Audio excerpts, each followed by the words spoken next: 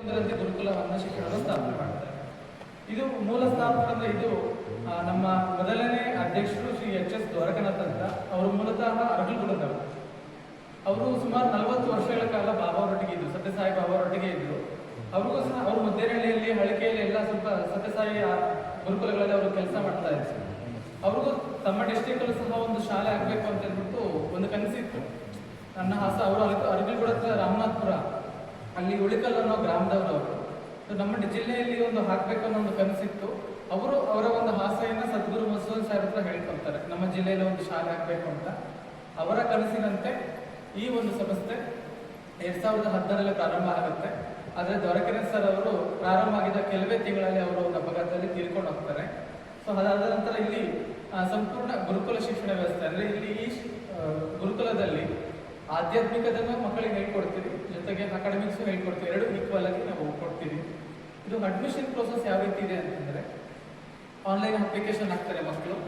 ಅದು ಇಲ್ಲಿ ಬೇರೆ ರಾಜ್ಯದ ಮಕ್ಕಳು ಇರ್ತಾರೆ, ಬೇರೆ ಜಿಲ್ಲೆ ಮಕ್ಕಳು ಇರ್ತಾರೆ. ಮೊದಲನೇ ಆದ್ಯತೆ ಹಾಸನ ಜಿಲ್ಲೆ ಮಕ್ಕಳಿಗಿರುತ್ತೆ. ಸೊ ಅಪ್ಲಿಕೇಶನ್ ಹಾಕಿದ್ಮೇಲೆ ನಾವು ಅವ್ರಿಗೆ ಇಂಟರ್ವ್ಯೂ ಕರೀತೀವಿ, ಎಂಟ್ರೆನ್ಸ್ ಎಕ್ಸಾಮ್ ಸಹ ಮಾಡ್ತೀವಿ. ಎಕ್ಸಾಮ್ ಎಲ್ಲ ಮಾಡಿದ್ಮೇಲೆ ಪೇರೆಂಟ್ಸ್ ಹತ್ರ ನಾವು ಇಂಟರ್ವ್ಯೂ ಎಲ್ಲ ತಗೋತೀವಿ. ಸೊ ಯಾವ ಉದ್ದೇಶದಿಂದ ಮಕ್ಕಳನ್ನ ಗುರುಕುಲಕ್ಕೆ ಸೇರಿಸ್ತಾ ಇರ್ತಾವೋ ಅನ್ನೋದನ್ನ ಎಲ್ಲ ಇಂಟರಾಕ್ಷನ್ ಮಾಡ್ತೀವಿ. ಸೊ ಯಾರಿಗೆ ಪೇರೆಂಟ್ಸ್ಗೆ ಮಕ್ಕಳು ಅಕಾಡೆಮಿಕ್ಸ್ ಜೊತೆಗೆ ಒಂದು ಮಾನವೀಯ ಮೌಲ್ಯಗಳನ್ನು ಕಲಿಬೇಕು, ಒಂದು ಭಾರತೀಯ ಸಂಸ್ಕೃತಿಯ ಅಡಿಯಲ್ಲಿ ಅವರು ವಿದ್ಯಾಭ್ಯಾಸನ ಕಲಿಬೇಕು ಅಂತ ಇಷ್ಟಪಡ್ತಾರೋ ಅಂತಹ ಒಂದು ವಿದ್ಯಾರ್ಥಿಗಳನ್ನ, ಅಂಥ ಪೇರೆಂಟ್ಸ್ನ ನಾವು ಆಯ್ಕೆ ಮಾಡಿಕೊಂಡು ಅವ್ರಿಗೆ ಒಂದು ಇಲ್ಲಿ ಅಡ್ಮಿಷನ್ಸ್ನ ಕೊಡ್ತೀವಿ. ಇನ್ನು 10 ಜನ ಬೇಲೂರು ಸುತ್ತಮುತ್ತ ಅಥವಾ ಹಾಸನ ಜಿಲ್ಲೆ ಇರುವಂಥ ಒಂದು ಬಿಲೋ ಪವರ್ಟಿ ಲೈನ್ ಅಂತ ಏನಿರ್ತಾರೆ ಆ ಮಕ್ಕಳಿಗೋಸ್ಕರ ರಿಸರ್ವ್ ಇಟ್ಟಿರ್ತೀವಿ. ಸೊ ಇದು ಅಡ್ಮಿಷನ್ ಯಾವ ರೀತಿ ಇರುತ್ತೆ ಅಂದರೆ, ನಾವು ಸುತ್ತಮುತ್ತಲಿನ ಗೌರ್ಮೆಂಟ್ ಶಾಲೆಗಳಿಗೆ ವಿಸಿಟ್ ಮಾಡ್ತೀವಿ. ಅಲ್ಲಿ ಹೆಡ್ ಮಾಸ್ಟರ್ನ ಭೇಟಿ ಆಗಿ ಅಲ್ಲಿ ಮಕ್ಕಳಲ್ಲಿ 5ನೇ ಕ್ಲಾಸ್ ಓದ್ತಾ ಇರಬೇಕು ಮಗು. ಯಾರು 5ನೇ ಕ್ಲಾಸ್ ಓದ್ತಾ ಇರ್ತಾರೆ, ಅದು ತಂದೆ ತಾಯಿ ಇದ್ದಿರೋಂಥ ಮಗು ಅಥವಾ ತಾಯಿ ಅಥವಾ ತಂದೆ ಇಬ್ಬರಲ್ಲಿ ಒಬ್ಬರು ಇರೋಂಥವ್ರು, ಬಡತನ ರೇಖೆಗಿಂತ ಕಡಿಮೆ ಇರುವಂಥ ಮಕ್ಕಳು ಯಾರಿರ್ತಾರೆ ಅಂಥವ್ರನ್ನ ಗುರುತಿಸ್ಬಿಟ್ಟು, ಯಾರಿಗೆ ನಮ್ಮ ಒಂದು ಸಂಸ್ಥೆಯಲ್ಲಿ ಮಕ್ಕಳನ್ನ ಓದಲಿಕ್ಕೆ ಇಷ್ಟ ಆಗುತ್ತೆ ಅಂತ ಪೇರೆಂಟ್ಸ್ ಹತ್ರ ಎಲ್ಲ ಡಿಸ್ಕಸ್ ಮಾಡಿ ಅವ್ರನ್ನ ನಾವು ಇಲ್ಲಿ ತಗೊಂಡ್ಬಂದು ಅಡ್ಮಿಷನ್ ಮಾಡ್ಕೊಡ್ತೀವಿ. ಇಲ್ಲಿ 6ನೇ ಕ್ಲಾಸಿಗೆ ಮಗು ಒಂದ್ಸರಿ ಆದ್ಮೇಲೆ, ಸೊ ಇಲ್ಲಿ 10th ಇದೆ. ಮತ್ತೆ ನಮ್ಮದು PU ಕಾಲೇಜ್ ಮಂಡ್ಯದಲ್ಲಿದೆ, ಗುಲ್ಬರ್ಗದಲ್ಲಿದೆ, ಚಿಕ್ಕಬಳ್ಳಾಪುರ ಜಿಲ್ಲೆಯಲ್ಲಿದೆ. ಮಕ್ಕಳು ಇಲ್ಲಿ 10th ಆದ್ಮೇಲೆ PUCಗೆ ನಾವು ಅಲ್ಲಿಗೆ ಕಳಿಸ್ಕೊಡ್ತೀವಿ. ಮತ್ತೆ ನಮ್ಮದೇ ಒಂದು ವಿಶ್ವವಿದ್ಯಾಲಯ ಇದೆ, ಸತ್ಯಸಾಯಿ ಮಾನವ ಅಭ್ಯುದಯ ವಿಶ್ವವಿದ್ಯಾಲಯ ಅಂತ ಹೇಳ್ಬಿಟ್ಟು ಗುಲ್ಬರ್ಗದಲ್ಲಿದೆ. ಅದು ಯೂನಿವರ್ಸಿಟಿ. ಸೊ ಮಕ್ಕಳು ಹೈಯರ್ ಎಜುಕೇಶನ್ಗೆ ಅಲ್ಲಿ ಹೋಗ್ತಾರೆ. 6th ಒಂದ್ಸರಿ ಇಲ್ಲಿ ಜಾಯ್ನ್ ಆದ್ಮೇಲೆ ಮಕ್ಕಳಿಗೆ ಸಂಪೂರ್ಣ ವಿದ್ಯಾಭ್ಯಾಸ ಜೊತೆಗೆ ಹಾಸ್ಟೆಲ್ ಸಮೇತ ಸಂಪೂರ್ಣ ಉಚಿತವಾಗಿರುತ್ತೆ. ಇಲ್ಲಿ ಯಾವುದೇ ಫೀಸ್ ಅನ್ನೋದು ಇರೋದಿಲ್ಲ. ಅಂದ್ರೆ ಮಕ್ಕಳಿಗೆ ಹಾಸ್ಟೆಲ್ ಸಮೇತ ಊಟ ತಿಂಡಿ ಆಗಿರ್ಬೋದು, ಅವರ ಬಟ್ಟೆಯಿಂದ ಆಗಿರ್ಬೋದು, ಬುಕ್ಸ್ ಇಂದ ಆಗಿರ್ಬೋದು, ಅವರು ಡೈಲಿ ಯೂಸ್ ಮಾಡೋ ಪ್ರತಿಯೊಂದು ಐಟಮ್ ಸಮೇತ ನಮ್ಮ ಸಂಸ್ಥೆನೇ ಒದಗಿಸ್ಕೊಡುತ್ತೆ ಹೊರತು ತಂದೆ ತಾಯಿಯಿಂದ ಯಾವುದೂ ಅಪೇಕ್ಷೆ ಇರೋದಿಲ್ಲ. ಬಟ್ ನಮ್ಮಲ್ಲಿ ಓದೋ ಪ್ರತಿಯೊಂದು ಮಗುವಿನ ಒಂದು ಏನು ನಾವು ಎಕ್ಸೆಪ್ಟ್ ಮಾಡ್ತೀವಿ ಅಂದರೆ, 6ನೇ ಕ್ಲಾಸ್ ಇಲ್ಲಿ ಜಾಯಿನ್ ಆದ್ಮೇಲೆ ಸಂಪೂರ್ಣ ವಿದ್ಯಾಭ್ಯಾಸವನ್ನ ನಮ್ಮ ಸಂಸ್ಥೆಯಲ್ಲಿ ಅವರು ಮಾಡಬೇಕಾಗತ್ತೆ. ಅಂದರೆ ಏನು ಅವ್ರಿಗೆ ಇಷ್ಟಪಡ್ತಾರೋ, ಈಗ ಮಕ್ಕಳಿಗೆ ಡಾಕ್ಟರ್ ಆಗಬೇಕು ಅಂತ ಇಷ್ಟ ಆಗುತ್ತೆ. ಸೊ ಅವ್ರದ್ದು ಕೆಪಾಸಿಟಿ ಮೇಲೆ ಅವ್ರಿಗೆ ಏನು ಆಗುತ್ತೆ ಅಂತಂದ್ರೆ, ನಮ್ಮದು ಮೆಡಿಕಲ್ ಕಾಲೇಜ್ ಇದೆ, ಅಲ್ಲಿಗೆ ಹೋಗ್ತಾರೆ. ನರ್ಸಿಂಗ್ ಮಾಡೋರು ನರ್ಸಿಂಗ್ ಮಾಡ್ತಾರೆ, ಪ್ಯಾರಾಮೆಡಿಕಲ್ ಅವರು ಮಾಡ್ಕೊತಾರೆ. ಇನ್ನು BSc ಮಾಡೋರು, MSc ಮಾಡೋಂಥವ್ರು, PhD ಮಾಡೋಂಥವ್ರು ಎಲ್ಲ ಅವರ ಒಂದು ಸಾಮರ್ಥ್ಯದ ಮೇಲೆ ಅವರು ಹೊರಟೋಗ್ತಾರೆ. ಇನ್ನು ನಮ್ಮಲ್ಲಿ ಸಂಗೀತಕ್ಕೆ ಪ್ರಿಫರೆನ್ಸ್ ಇದೆ. ಮಕ್ಕಳು ಹಾರ್ಮೋನಿಯಂ ಆಗಿರ್ಬೋದು, ತಬಲಾ, ಮೃದಂಗಮ್ ಇದೆಲ್ಲ ನಮ್ಮಲ್ಲೇ ಇರುತ್ತೆ. ಸಂಗೀತ ಏನಾದ್ರು ಹಾಡೋದಿದ್ರೆ ಅದನ್ನೆಲ್ಲ ನಾವೇ ಹೇಳ್ಕೊಡ್ತೀವಿ ಮಕ್ಕಳಿಗೆ. ಇನ್ನು ಸ್ಕಿಲ್ ಡೆವಲಪ್ಮೆಂಟ್ ಅಂದರೆ ಮಕ್ಕಳಿಗೆ ಅಕಾಡೆಮಿಕ್ಸ್ ಸ್ವಲ್ಪ ಕಷ್ಟ ಆಗುತ್ತೆ, ಓದಲಿಕ್ಕೆ ಬರ್ಲಿಕ್ಕೆ ಬರೋದಿಲ್ಲ ಅಂಥವ್ರಿಗೆ ನಾವು ಸ್ಕಿಲ್ ಡೆವಲಪ್ಮೆಂಟ್ ಸಹ ಸ್ಟಾರ್ಟ್ ಮಾಡಿದ್ವಿ. ITA, ಪ್ಲಂಬಿಂಗ್, ಎಲೆಕ್ಟ್ರಿಕಲ್ ಆ ಥರದ್ದು ನಾವು ಅವಕಾಶ ಕೊಡ್ತೀವಿ. ಕೆಲವರಿಗೆ ಫಾರ್ಮರ್ಸ್ ಆಗಬೇಕು ಅಂತ ಆಸೆ ಇರುತ್ತೆ, ಅವರಿಗೆ ನಮ್ಮಲ್ಲಿ ಅಗ್ರಿಕಲ್ಚರ್ ಕಾಲೇಜ್ ಸಮೇತ ಇದೆ, ಡಿಪ್ಲೊಮನ್ನು ಸಹ ಇದೆ. ಅಗ್ರಿಕಲ್ಚರ್ ಬ್ಯಾಕ್ಗ್ರೌಂಡ್ ಹೋಗೋರು ಆ ಕಡೆನೂ ಹೋಗ್ಬೋದು. ಮ್ಯೂಸಿಷಿಯನ್ಸ್ ಆಗಬೇಕು ತುಂಬ ಇಷ್ಟ ಆಗುತ್ತೆ ಅಂದರೆ ನಮ್ಮಲ್ಲಿ ಮ್ಯೂಸಿಕ್ ಡಿಪಾರ್ಟ್ಮೆಂಟ್ ಸಮೇತ ಇದೆ, ಆ ಕಡೆನೂ ಹೋಗ್ಬೋದು. ಇನ್ನು ಸಂಗೀತದಲ್ಲಿ ಇಂಟ್ರೆಸ್ಟ್ ಇದ್ರೆ ಆ ಮಕ್ಕಳು ಇಷ್ಟ ಆ ಕಡೆನೂ ಇರುತ್ತೆ. ಸೊ ಇಲ್ಲಿ ಮಕ್ಕಳು ಬೆಳಗ್ಗೆ 4:15 ಹೇಳ್ತಾರೆ. ಬೆಳಗ್ಗೆ 4:15 ಎದ್ದು ಸುಪ್ರಭಾತ, ಗಾಯತ್ರಿ ಮಂತ್ರ ಎಲ್ಲ ಹೇಳಿ ಬೆಳಗ್ಗೆ ಪ್ರಾರ್ಥನೆ ಇರುತ್ತೆ 5 ಗಂಟೆಗೆ. ಅದಾದ್ಮೇಲೆ ಯೋಗಾಭ್ಯಾಸ, ಧ್ಯಾನ ಮತ್ತೆ ಜಾಗಿಂಗ್ ಎಲ್ಲ ಹೇಳ್ಕೊಡ್ತೀವಿ ಮಕ್ಕಳಿಗೆ. ಬೆಳಗ್ಗೆ 7 ಗಂಟೆಗೆ ಅವರಿಗೆ ತಿಂಡಿ ವ್ಯವಸ್ಥೆ ಇರುತ್ತೆ. ತಿಂಡಿ ವ್ಯವಸ್ಥೆ ಎಲ್ಲ ಆದ್ಮೇಲೆ ಸ್ವಲ್ಪ ಹೊತ್ತು ಅವರಿಗೆಲ್ಲ ಫ್ರೆಶ್ ಅಪ್ ಆಗಿ ಸ್ನಾನ ಎಲ್ಲ ಮಾಡಿಕೊಂಡು 7 ಗಂಟೆಗೆ ತಿಂಡಿ ಮಾಡಿ ನಾವು ದಿನ ಅವರಿಗೆ ನ್ಯೂಸ್ ಎಲ್ಲ ತೋರಿಸ್ತೀವಿ. ಇಲ್ಲಿ ಜನರಲ್ ನ್ಯೂಸ್ ಎಲ್ಲ ನಮ್ಮ ಡಿಸ್ಟಿಕ್ ಏನು ನ್ಯೂಸ್ ಬರುತ್ತೆ ಎಲ್ಲ ನಾವು ಬೆಳಗ್ಗೆ ಒಂದು ½ ಅವರ್ ನ್ಯೂಸ್ ಎಲ್ಲ ತೋರಿಸ್ತೀವಿ. 8 ಗಂಟೆಗೆ ಸ್ಕೂಲ್ ಪ್ರೇಯರ್ ಇರುತ್ತೆ ಮಕ್ಕಳಿಗೆ. 8 ಗಂಟೆಗೆ ಸ್ಕೂಲ್ ಪ್ರೇಯರ್ ಮುಗಿಸ್ಕೊಂಡು 8:30ಗೆಲ್ಲ ಅವ್ರದ್ದು ಕ್ಲಾಸಸ್ ಶುರು ಆಗುತ್ತೆ ಬೆಳಗ್ಗೆ. 8:30 12ವರೆಗೂ ಕ್ಲಾಸಸ್ ಶುರುವಾಗುತ್ತೆ. ಬೆಳಗ್ಗೆ ಏನು ಅಕಾಡೆಮಿಕ್ಸ್ ಅಂತ ಸೈನ್ಸ್, ಮ್ಯಾಥ್, ಇಂಗ್ಲೀಷ್, ಸೋಷಿಯಲ್ ಅದೆಲ್ಲ ಬೆಳಗ್ಗೆ ಮಕ್ಕಳೆಲ್ಲ ಕಲ್ತು ಬಿಡ್ತಾರೆ. 12ವರೆಗೆ ಅವರಿಗೆ ಊಟ ಟೈಮ್. 12ವರೆಗೆ ಊಟ ಬಿಟ್ಟು ಊಟಕ್ಕೆ ಬಿಡ್ತೀರಿ. ಊಟ ಮಾಡಿ ಸ್ವಲ್ಪ ಹೊತ್ತು ಅವರು ರೆಸ್ಟ್ ಮಾಡ್ತಾರೆ. 1:30ವರೆಗೂ ಅವರು ಮಲ್ಕೊತಾರೆ. ಅದಾದ್ಮೇಲೆ ಮಧ್ಯಾಹ್ನ 1:30 4 ಗಂಟೆವರೆಗೂ ಅವ್ರಿಗೆ ಸ್ಟಡಿ ಅವರ್ಸ್ ಇರುತ್ತೆ. ಮಧ್ಯಾಹ್ನ ಕ್ಲಾಸಸ್ ಮಾಡೋದಿಲ್ಲ, ಅವರಿಗೆ ಜಸ್ಟ್ ಅವ್ರ ಸ್ಟಡಿ ಅವರ್ಸ್. ಅವರು ಟೀಚರ್ಸ್ ಎಲ್ಲ ಡೌಟ್ಸ್ ಎಲ್ಲ ಕ್ಲಿಯರ್ ಮಾಡ್ಕೊಡ್ತಾರೆ. ಮಕ್ಕಳೆಲ್ಲ ಹೋಮ್ವರ್ಕ್ ಎಲ್ಲ ಏನಾದಿದ್ರೆ ಎಲ್ಲ ಮುಗಿಸ್ಕೊತಾರೆ. 4 ಗಂಟೆಯಿಂದ 5:30ವರೆಗೂ ಅವ್ರಿಗೆ ಗೇಮ್ಸ್ ಇರುತ್ತೆ. ದಿನ ಅವ್ರಿಗೆ ಯಾವ ಫೀಲ್ಡಲ್ಲಿ ನಮ್ಮ ಪಿ ಟಿ ಟೀಚರ್ ಇರ್ತಾರೆ, ನಮ್ಮ ಇಂಟರ್ನ್ಸ್ ಇರ್ತಾರೆ. ಅವ್ರಿಗೆ ವಾಲಿಬಾಲ್ ಆಗಿರ್ಬೋದು, ಕ್ರಿಕೆಟ್ ಆಗಿರ್ಬೋದು, ಬ್ಯಾಡ್ಮಿಂಟನ್ ಆಗಿರ್ಬೋದು, ಚೆಸ್ ಆಗಿರ್ಬೋದು. ಸೊ ಬೇರೆ ಬೇರೆ ಅವರು ಯಾವ್ದು ಇಂಟ್ರೆಸ್ಟ್ ಇರುತ್ತೆ ಮಕ್ಕಳು ಗೇಮ್ಸ್ ಅದನ್ನೆಲ್ಲ ನಮ್ಮಲ್ಲಿ ಕಲಿಸ್ಕೊಡ್ತಾರೆ. ಟೀಚರ್ಸ್ ಇರ್ತಾರೆ, ಕೋಚರ್ಸ್ ಇರ್ತಾರೆ, ಅವರೆಲ್ಲ ಹೇಳ್ಕೊಡ್ತಾರೆ. ಮತ್ತೆ 5:30 ಆದಮೇಲೆ ಮತ್ತೆ ಫಸ್ಟ್ ಅಪ್ ಆಗಿ 6 ಗಂಟೆಗೆ ಪ್ರೇಯರ್ ಇರುತ್ತೆ. ಒಂದು 1 ಅವರ್ ಪ್ರೇಯರ್ ಇರುತ್ತೆ. ಪ್ರೇಯರ್ ಎಲ್ಲ ಮುಗಿಸ್ಕೊಂಡು ಮತ್ತೆ ರಾತ್ರಿ 7 ಗಂಟೆ ಊಟ ಮಾಡ್ತಾರೆ. ಊಟ ಎಲ್ಲ ಮಾಡಾದ್ಮೇಲೆ ಮತ್ತೆ ರಾತ್ರಿ ಅವರಿಗೆ ಯಾವುದೇ ಅಕಾಡೆಮಿಕ್ಸ್ ಇರೋದಿಲ್ಲ. ಅವ್ರಿಗೆ ರಾತ್ರಿ ನಾವು ಭಗವದ್ಗೀತಾ, ವೇದ, ಉಪನಿಷತ್ತು, ಸುಭಾಷಿತ ಮತ್ತೆ ಸಂಗೀತ ಈ ಥರದ್ದೆಲ್ಲ ನಾವು ರಾತ್ರಿ ಟೈಮ್ ಅವರಿಗೆ ಹೇಳ್ಕೊಡ್ತೀವಿ. ಸೊ ರಾತ್ರಿ 8:45 ಮುಗ್ದೋಗುತ್ತೆ. ರಾತ್ರಿ ಮತ್ತೆ ಮಕ್ಕಳಿಗೆ ಹಾಲು ಕೊಟ್ಟು 9ವರೆಗೆಲ್ಲ ಮಲಗಿಬಿಡ್ತಾರೆ. ಸೊ ಇದು ಆದಷ್ಟು ಅಂದರೆ ಇಲ್ಲಿ ಈಗ ಸದ್ಯಕ್ಕೆ 125 ಜನ ಮಕ್ಕಳಿದ್ದಾರೆ. ನಾವು ಒಂದು ಕ್ಲಾಸ್ಗೆ 20 ಜನನ ಅಷ್ಟೇ ತಗೊಳ್ತೀವಿ. ಒಂದು ಕ್ಲಾಸ್ಗೆ 25. 9th ಬಂದಮೇಲೆ ಸ್ವಲ್ಪ ಎಕ್ಸ್ಟ್ರಾ ಚೇಂಜ್ ಆಗುತ್ತೆ. ಅಂದರೆ ನಮ್ಮ ಚಿಕ್ಕಮಗಳೂರು ಜಿಲ್ಲೆಯಲ್ಲಿ ಇರೋಂಥ ನಮ್ಮ ಅಲ್ಲಿ ಗುರುಕುಲ ಇದೆ, ಅಲ್ಲಿನ ಮಕ್ಕಳು ಸಮೇತ ಇಲ್ಲಿ ಜಾಯ್ನ್ ಆಗ್ತಾರೆ 9th ಹಾಗಾಗಿ 9th ಸ್ವಲ್ಪ ಸ್ಟ್ರೆಂತ್ ಜಾಸ್ತಿ ಆಗುತ್ತೆ. 10th ಅವರೇ ಕಂಟಿನ್ಯೂ ಆಗ್ತಾರೆ. 10th ಇಲ್ಲ ಆದ್ಮೇಲೆ PUC ನಾವು ಬೇರೆ ಬೇರೆ ಕಡೆ ಡಿಸ್ಟ್ರಿಕ್ಟ್ ನಮ್ಮದೇ ಸಂಸ್ಥೆಗಳಿಗೆ ಕಳಿಸ್ಕೊಡ್ತೀವಿ. ಸೊ ಒಂದು ಸಾರಿ 6th ಇಲ್ಲಿ ಜಾಯ್ನ್ ಆದಮೇಲೆ ಎಂಟೈರ್ ಎಜುಕೇಶನ್ ನಮ್ಮ ಮಕ್ಕಳು ನಮ್ಮ ಒಂದು ವಿದ್ಯಾಸಂಸ್ಥೆಗಳಲ್ಲಿ ಅವರು ಮಾಡ್ತಾರೆ. ಮಾರ್ಕ್ಸಿಯ ಮೆನೆಂತೋ ಶಿಕ್ಷಣ ಅಲ್ಲ, ನಿಮಗೆ ಇಲ್ಲಿ 6ನೇ ಕ್ಲಾಸಿಂದಲೇ ಜೀವನದ ಬೇರೆ ಬೇರೆ ಸ್ಕಿಲ್ ಹೇಳ್ಕೊಡ್ತಾರೆ. ಫಾರ್ ಎಕ್ಸಾಂಪಲ್ ನೋಡಿರ್ಬೋದು, ಕೆಲವು ಮಕ್ಕಳು ಬಳಸ್ತಾ ಇದ್ರು, ಅದು ಗೆಸ್ಟ್ ಟೀಮ್ ಅಂತ, ಗೆಸ್ಟ್ ಮ್ಯಾನೇಜ್ಮೆಂಟ್ ಟೀಮ್ ಅಂತ ನೋಡಿ. ಹುಡುಗರು ಮೊಬೈಲ್ ತೆಗಿತಾರೆ, ಅವ್ರು ಇದು ಮಾಡ್ತಾರೆ. ಇದು ಮೀಡಿಯಾ ಟೀಮು ಅಂದರೆ ಯಾರ್ಯಾರಿಗೆ ಏನು ಆಸಕ್ತಿ ಗುರುತಿಸ್ಕೊಂಡು ಅವರವರಿಗೆ ಆ ಸ್ಕಿಲ್ ಡೆವಲಪ್ ಮಾಡೋಕ್ಕೆ ಬೇರೆ ಬೇರೆ ಟ್ರೈನಿಂಗ್ ಬೇರೆ ಕೊಡ್ತಾರೆ. ಈ ಮಕ್ಕಳಿಗೆ ಅಗ್ರಿಕಲ್ಚರ್ ಅಂದರೆ ರೈತರ ಮಕ್ಕಳು ಜಾಸ್ತಿ ಇದ್ದಾರೆ ನಮ್ಮಲ್ಲಿ. ಸೊ ನಮ್ಮದು ಇರೋಂತಹ ಜಾಗದಲ್ಲಿ ತೋಟದ ಸಮೇತ ಮಾಡ್ತೀವಿ. ಸದ್ಯಕ್ಕೆ ಮಾಡಿಲ್ಲ. ಮಕ್ಕಳಿಗೆ ಯಾರಿಗೆ ಇಂಟ್ರೆಸ್ಟ್ ಇದೆಯೋ ಅಲ್ಲಿ ಅಗ್ರಿಕಲ್ಚರ್ ಸಮೇತ ನಾವು ಅವರಿಗೆ ಟ್ರೈನಿಂಗ್ ಮಾಡ್ತೀವಿ. ಜೊತೆಗೆ ಭಾನುವಾರ ಟೈಮ್ ಮಕ್ಕಳು ಫ್ರೀ ಇರ್ತಾರಲ್ವಾ, ಮಕ್ಕಳಿಗೆ ಅಡುಗೆ ಮಾಡೋ ಸಮೇತ ನಾವು ಹೇಳ್ಕೊಡ್ತೀವಿ. ನಮ್ಮ ಗಂಟು ಇರ್ತಾರೆ, ನಾವು ಇರ್ತೀವಿ, ಟೀಚರ್ಸ್ ಇರ್ತಾರೆ. ಯಾವ ರೀತಿ ಕುಕಿಂಗ್ ಮಾಡಬೇಕು ಅನ್ನೋದು ಅದನ್ನು ಹೇಳ್ಕೊಡ್ತೀವಿ ಮಕ್ಕಳಿಗೆ ನಾವು. ಇನ್ನು ಸ್ವಲ್ಪ ದೊಡ್ಡವರು ಆದಮೇಲೆ ಬೈಕ್ ಓಡಿಸೋದು, ಕಾರ್ ಓಡಿಸೋದು ಸಮೇತ ನಾವೇ ಹೇಳ್ಕೊಡ್ತೀವಿ ಮಕ್ಕಳಿಗೆ.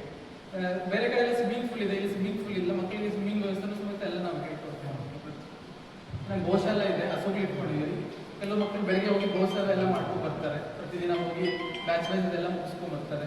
ಸೊ ಎಲ್ಲ ಮಕ್ಕಳಂದ್ರೆ ಯಾವುದಕ್ಕೆ ಒಂದಕ್ಕೆ ಸೀಮಿತ ಆಗಿರೋದಿಲ್ಲ. ಎಲ್ಲ ಆಲ್ರೌಂಡರ್ ಆಗಿ ಎಲ್ಲ ವಿದ್ಯೆಯನ್ನು ಕಲ್ತಿರಬೇಕು ಅಂತ ನಮ್ಮ ಉದ್ದೇಶ. ಅದಕ್ಕೋಸ್ಕರ ಅವ್ರಿಗೆಲ್ಲ ಯಾವ್ಯಾವ ಫೀಲ್ಡ್ ಅವ್ರಿಗೆ ಇಂಟ್ರೆಸ್ಟ್ ಇದೆ ಎಲ್ಲ ಹೇಳ್ಕೊಡ್ತೀವಿ.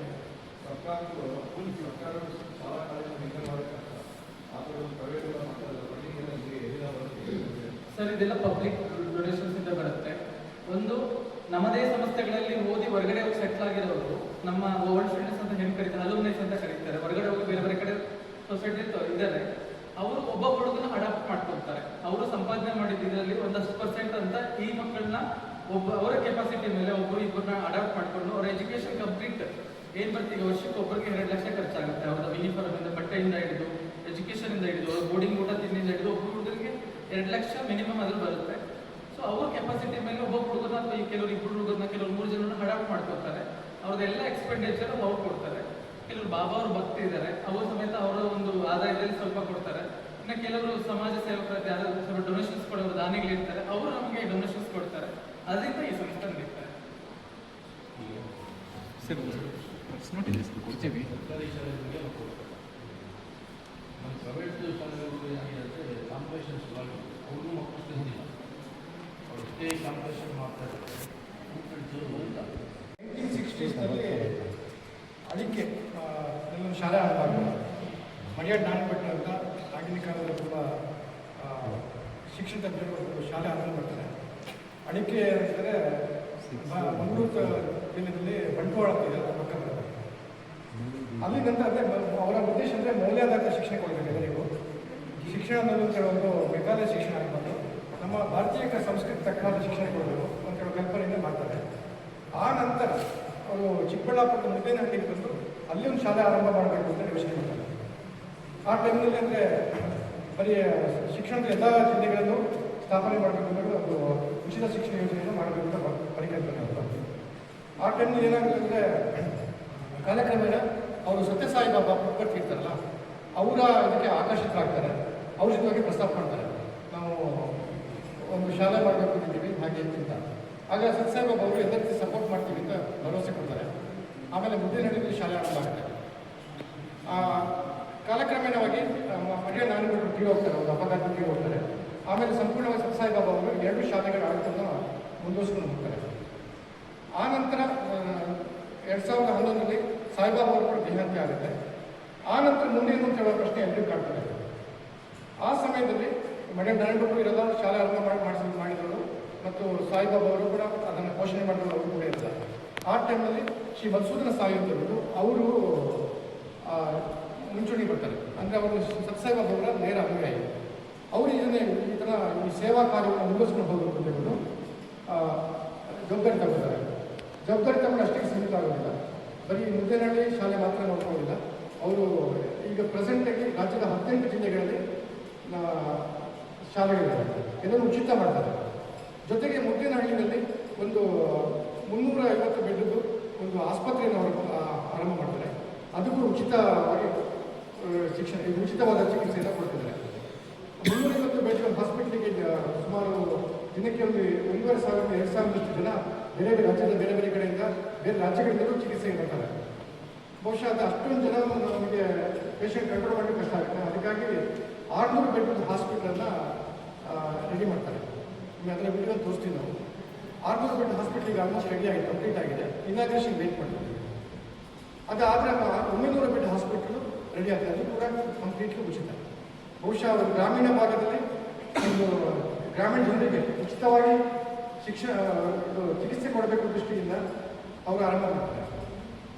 ಮುಖ್ಯವಾದ ಪರಿಕಲ್ಪನೆ ಅಂದರೆ ನಮ್ಮ ಭಾರತೀಯ ಸಂಸ್ಕೃತಿಯಲ್ಲಿ ಅನ್ನ, ಅಕ್ಷರ ಮತ್ತು ಆರೋಗ್ಯ ಇದನ್ನು ಮಾರಾಟ ಮಾಡಬಾರ್ದು, ದಾನವಾಗಿ ಕೊಡಬೇಕು ಅಂತ ಹೇಳೋ ದೃಷ್ಟಿಯಿಂದ ಈ ಯೋಜನೆಗಳನ್ನ ಮಾಡ್ತಾರೆ. ಅಂದರೆ ಎಲ್ಲವನ್ನೂ ನಾವು ದಾನವಾಗಿ ಕೊಡಬೇಕು, ಹಣವನ್ನು ಉಳಿದವರಿಗೆ ತಗೊಂಡು ನಾವು ಬಡವರಿಗೆ ತುಂಬ ಕೊಡಬೇಕು ಅಂತ ಕಾರಣಕ್ಕಾಗಿ ಈಗ 600 ಬೆಡ್ ಹಾಸ್ಪಿಟಲ್ ಉದ್ಘಾಟನೆ ಆದರೆ ಜಗತ್ತಿನಲ್ಲೇ ಅತ್ಯಂತ ದೊಡ್ಡ ಗ್ರಾಮೀಣ ಭಾಗದ ಉಚಿತ ಆಸ್ಪತ್ರೆ ಆಗಿದೆ.